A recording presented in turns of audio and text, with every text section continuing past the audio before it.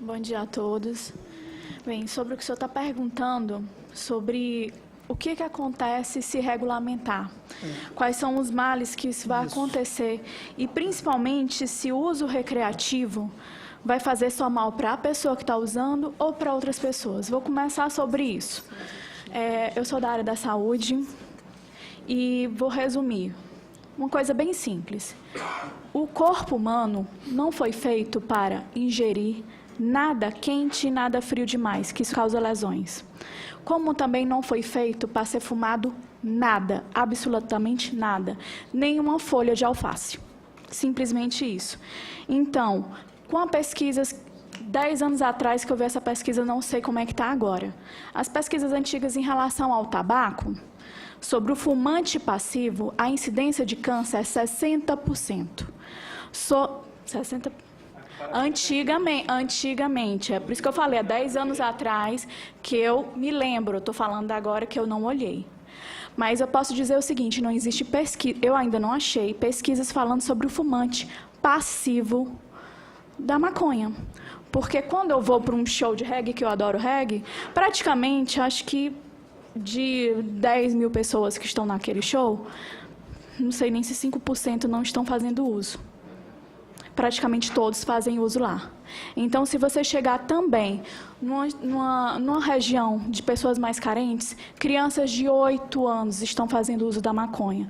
Por que diminuiu o índice do cigarro atualmente? Por causa das políticas alertando a população sobre os malefícios, sobre a diminuição da campanha do cigarro. Isso aconteceu. E primeiro o seguinte, se aquela droga eu estou sabendo que está fazendo mal, mesmo que seja legal, se eu tenho consciência, eu vou passar por uma coisa que seja natural, que não me faça mal. O que estão usando? A maconha. Os jovens não estão mais fazendo uso do cigarro, quer dizer, iniciando mais o cigarro, porque a maconha é uma erva natural que não pode nos prejudicar. Então, elas estão indo para a maconha. Mas as pesquisas básicas que eu trouxe aqui, eu não vou citar os nomes de todos os pesquisadores, principalmente os recentes estudos que saíram em agosto do impacto do Colorado, está aqui todas as pesquisas. Nora Jones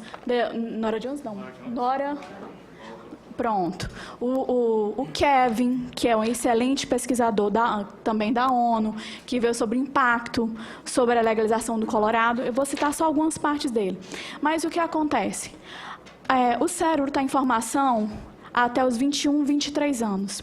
Quando o jovem utiliza a maconha, está aqui, eu vou entregar depois pessoalmente o senhor, o impacto sobre a redução do QI é gigantesco.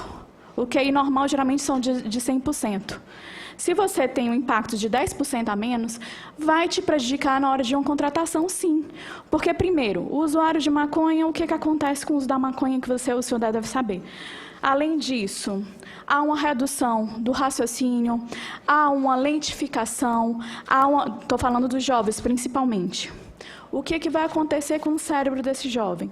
Vai diminuir o seu aprendizado, vai diminuir a sua parte psicomotora. Há várias áreas do cérebro são afetadas, principalmente você passa a informação, para você conceituar essa informação e passar para outra pessoa. É muito mais retardado esse processo. Aqui, inclusive, nas pesquisas na Cielo, né, um dos sites de pesquisas científicas mais conceituados, está aqui falando dos sintomas de abstinência da maconha, déficits motores cognitivos, efeitos físicos, efeitos euforizantes e psicóticos. Eu vou até passar esse meu material pessoal para o senhor. Então, ela vai prejudicar, sim. Ainda não se sabe o que vai acontecer com o fumante passivo. Se o fumante do tabaco já causa aumento de 60% o câncer desses fumantes passivos, e eu trabalhei com câncer de cabeça e pescoço, com pessoas de 30 anos, com pessoas que não têm mais como falar, não têm mais como engolir por conta disso, que foram retirados a laringe, foram retirados o céu da boca, a língua, partes da mandíbula. Então, ainda não existem pesquisas falando desse impacto em relação ao tabaco. Além de ter o fumante passivo que não temos isso, vai afetar a família. Um filho que desenvolve esquizofrenia, que às vezes até antecede 7 anos o surto psicótico, que tem bipolaridade, depressão, síndrome do pânico, irritabilidade e outras psicoses gravíssimas aí que não tem cura, principalmente a esquizofrenia, existe um medicamento. Olha que engraçado, né? A maconha não faz mal e ela pode ser usada como medicamento. Perfeito, principalmente para aqueles casos de epilepsia. É excelente isso, que espero que tenham mais pesquisas sobre isso. Mas aí eu comecei a usar uma coisa que não faz mal e desenvolvi outras doenças. Além de aumentar o índice de AVC, de pressão alta, de ataques cardíacos. E aqui eu vou citar só essa revista agora, que saiu agora, acabou de sair, científica. Maconha e demência precoce. Pesquisas científicas recentes informam danos mentais e de personalidade desconsiderados em debates que defendem a legalização da cannabis. Um excelente pesquisador que eu queria até que viesse para cá, que é o Dr. Valentim Gentil Filho, psiquiatra com PhD, que tem uma formação no exterior sobre drogas.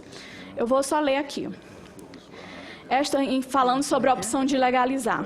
Essa opção, no entanto, pode ter sido equivocada dos países que legalizaram, pois os problemas se agravaram, dificultando ainda mais o encaminhamento consistente para uma situação que, por si própria, é de enorme complexidade. E porque a maconha e outras preparações de cannabis ricas em THC comprovadamente prejudicam o funcionamento cerebral, com redução da memória, aprendizado, inteligência, e agravam transtornos mentais pré-existentes. Mais que isso, essa substância perturbam gravemente o amadurecimento da personalidade e integração das experiências emocionais e principalmente atuam como componentes causal em psicoses. E se você vê datados de 1845, já falam dos efeitos do THC e principalmente da psicose canábica, que é o que está acontecendo. Então, mais uma coisa em relação, que eu só estava querendo saber exatamente sobre o que vai acontecer com o Brasil com a regulamentação. Embora formulações medicinais da maconha tentem coinibir plantas com mais ações terapêuticas e menos efeitos prejudiciais à saúde, tem havido claro esforço técnico no sentido de aumentar o teor de THC para o uso recreativo, não tendo terapêutico nesse caso, né? Porque as pessoas estão usando como terapêuticos, mas não. Existem concentrações de 90% de THC. Outra pesquisa que eu acabei de ver tem 100% de THC. E sabe como é que está sendo vendidas nos Estados Unidos? Em forma de bala, de jujuba. E o que está acontecendo com isso? Essas crianças, que você vê uma jujuba, você vai comer, se você é uma criança, se você é um adolescente. E essas crianças estão, sim, com problemas sérios, estão sendo internadas. E tem casos lá também relatados, que tem na pesquisa aqui, que crianças morreram por conta disso. Aí, o que acontece aqui? Então, a convergência de um amplo conjunto de evidências existe um claro posicionamento em termos de saúde pública quanto ao uso da cannabis. Não há como justificar a legalização de uso de uma droga como maconha, haxixe, skunk e THC puro, nem mesmo para fins medicinais. Não estou falando do medicamento para epilepsia, deixo claro, porque lá nos Estados Unidos, no Colorado, estão vendendo outras formas de maconha fumada, fazendo de conta que é para uso medicinal. Então, a descriminalização e a busca de compostos com atuação terapêutica são, evidentemente, questões importantes e que justificam abordagens específicas, mas não podem ser confundidas com a liberação do uso recreativo indiscriminalizado. Para lhe ajudar mais um pouquinho, vou ler sobre o que aconteceu no Colorado. E essa pesquisa saiu agora, no mês passado. Então, aqui, é porque ele já vem estudando isso há bastante tempo.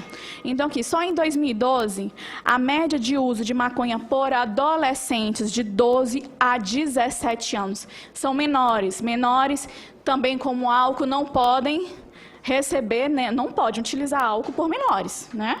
É o quê? É regulamentado isso. Mas se você chegar numa festa, você vai ver a quantidade de pessoas de 14 anos com 1 litro. Uma menina de 14 anos toma 1 litro todinho de vodka numa noite. Só uma menina de 14 anos. E a maioria dos pais, hoje em dia, como existe a cultura em relação ao álcool, e também que ela é liberado para adultos, que não é tal, o que acontece? Eu conheço muitos pais que chegam e falam assim, meu filho, vai lá comprar para mim o meu cigarro, ou então a minha cerveja, não sei o quê. Mas isso aí acaba que a criança começando a usar.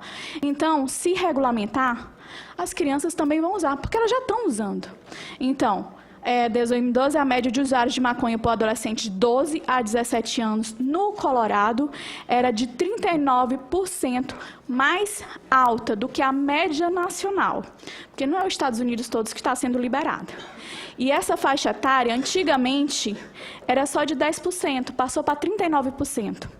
A quantidade de suspensões e expulsões de escolas aumentou 32%.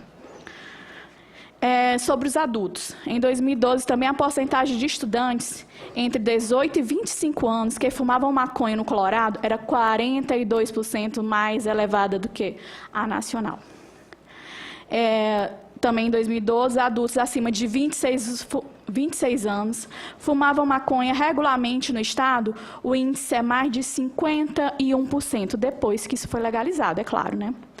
Entre todos os adultos que foram presos na capital, em 2013, agora, 48% tinham testes positivos para maconha. Apenas maconha. Efeitos no trânsito. O número de mortes em acidentes de trânsito envolvendo motoristas que haviam fumado maconha aumentou 100%. Entre 2007 e 2012, 100%. A maioria das prisões por direção sob influência de drogas envolvendo maconha é de até 40%. Estou já acabando. Os testes positivos para maconha em motoristas aumentaram 16%. Os efeitos nos hospitais. Em 2011 e 2013, os atendimentos de emergência de pacientes que haviam fumado maconha aumentou 57%. As internações relacionadas à maconha cresceram 82%.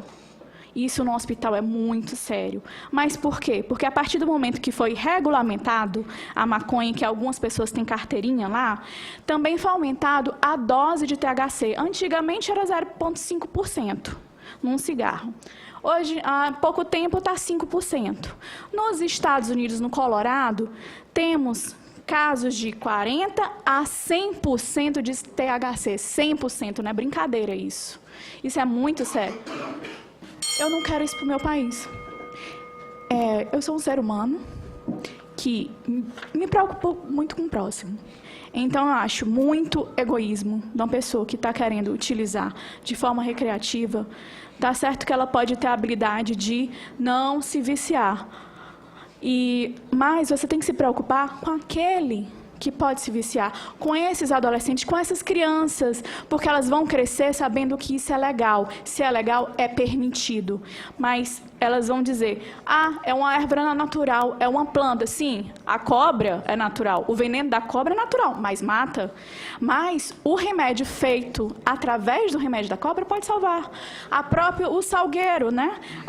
É feita a aspirina do salgueiro, mas ninguém está fumando a casca do salgueiro, fazendo com isso. Então, qualquer coisa fumada vai fazer mal. Mas, então, eu estou preocupada com isso. O que eu posso considerar em relação à sua outra pergunta? Como nós podemos fazer alguma coisa para isso? Regulamentando, não é.